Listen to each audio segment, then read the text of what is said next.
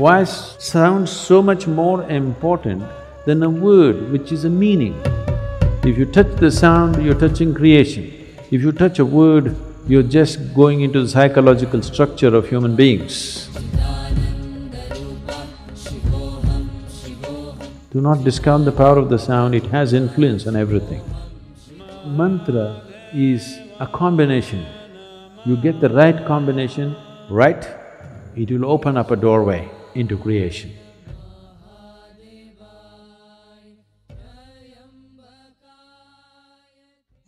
Yes.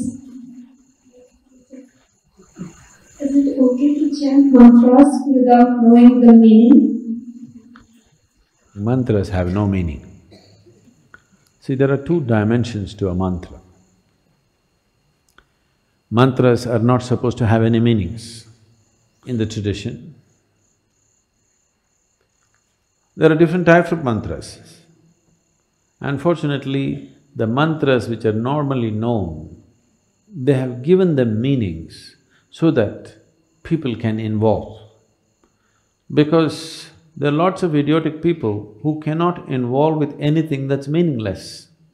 That is why they miss the sunrise, the sunset, the moon, the full moon, everything they miss because it's meaningless. What is the meaning of a full moon? There is no meaning, only if you're in love it means a lot. Otherwise, what is it? Nothing. It's not meaningful means it is not useful. So, all the idiots on the planet will do only meaningful things. Yes, because they have no intelligence to recognize life and the many facets of life. It is not because you have attached a stupid meaning to it, it exists. It exists beyond you.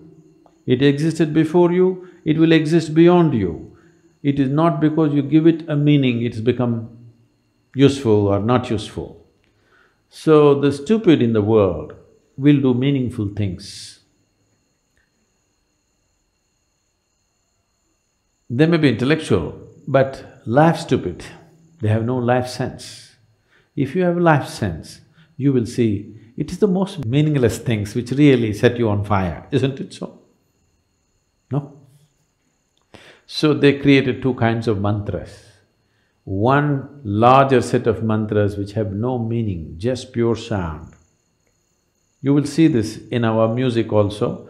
The Yaksha program happened just now and many of our people who are looking for meanings were thoroughly bored because they're doing alap for 40 minutes, Say something, say at least Shiva, Shambho, something. No, They're not getting the point because it's about the sound. Why sound so much more important than a word which is a meaning? Meanings are made up in human minds. Sound is the essence of creation. If you touch the sound, you're touching creation. If you touch a word, you're just going into the psychological structure of human beings. Psychological structure of human beings is essentially a certain kind of madness. We can enjoy it, we can use it, but essentially it's a certain kind of illusory setup. Sound is a fundamental aspect of creation. If you have mastery over sound, you have mastery over creation itself in a certain way, because creation is just a complex amalgamation of sounds. It's the blueprint of creation. But meanings are human things. You know, the same words mean different things in different languages, even in India. You know this. The same word means different things because it's all made up. The sound is not made up. Sound is part of the creation. Sound is part of the existence. Sound is part of making the creation happen. Right now, the whole creation is reverberating in a certain way. You cannot hear it, it doesn't matter. But the words and meanings are a human making. It is meaningful only as a conspiracy. When I say a conspiracy, do you hear what the cricket is saying? What is he saying? You don't know, but they're talking. They're also like you. Some of them are just making sound, just doing alap. Just sound, simply enjoying the sound. Enjoying the creation in one sense means enjoying the sound of it.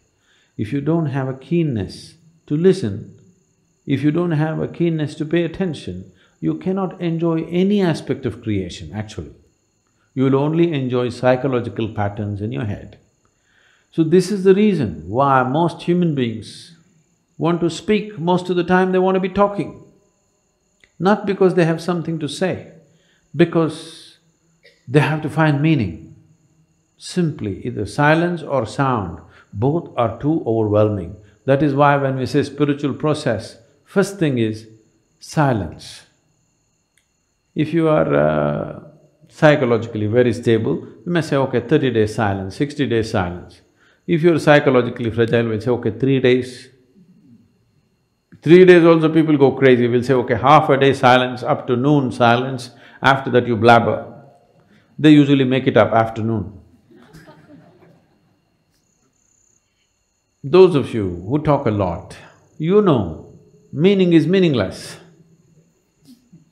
You can simply talk. A whole lot of people are experts, they can simply speak without any meaning. They have understood the importance of sound. They can go on talking without making any meaning. Now, if you were a bird, we would pardon you. If you were this one, we would be okay. Or if you're a musician, you would be okay to make meaningless sounds. If you're speaking, you're expected to make some meaning. So mantra is not to be spoken, it is to be chanted.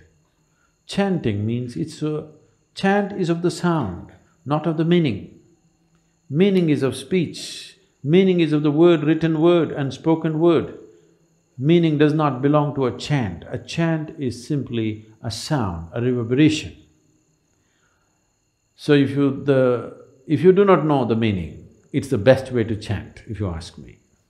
Simply, absolutely involved with the sound and saying it. But first of all, what you are uttering, is it a mantra or is it a bhajan or is it a sankirtan? You must look at it. If it's a mantra, mantra means a pure sound. It need not have any meanings. You can give it whatever meaning you want to start with, because without meaning you cannot be involved. But once you know how to be involved, you should not give it any meaning. Om Namah Shivaya does not mean you go on imagining one man sitting there on top of a mountain with something happening around him. No. Initially, if that's the only way you can be involved, you can look at the Shivakasi picture. Okay? Once you know how to be involved with the sound, you get rid of the man. He's not needed, he's a disturbance. I'm telling people in Sanyama, they're chanting. Their question is, if Shiva comes, I'm calling so many times, if he comes, just ignore him. Because that's not the thing about mantra. The mantra is that you involve yourself in the sound because you yourself, your physical thing is a certain pattern of sound.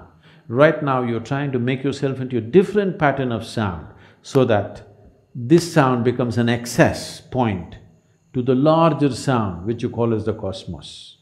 A larger arrangement of sounds is cosmic in nature. Now, you use a certain key sounds in a particular arrangement, you know. In the safes, the locks are called a combination lock. So you have to just get it right for it to open. So mantra is a combination. You get the right combination right, it will open up a doorway into creation. It is not the meaning. Whatever meaning you give it, however high or low you think the meaning is a made-up thing. It's a psychological process. It has no existential meaning. No word has any existential meaning. Right now, whatever English words we're uttering doesn't mean anything to the trees. But if you can… actually these experiments have been done. If you sit here and sing beautifully, I cannot do that, but if you sit here and sing really properly, the tree is full of flower, it could be because of yaksha. Okay, the rains have aided it, but do not discount the power of the sound. Do not discount the power of the sound, it has influence on everything. Or if you chant a mantra, the tree may respond to it. If you sing music, it may respond to it. If you just generate a thought, it may respond to it. But if you speak, it will not respond. This is true with the tree, this is true with the divine.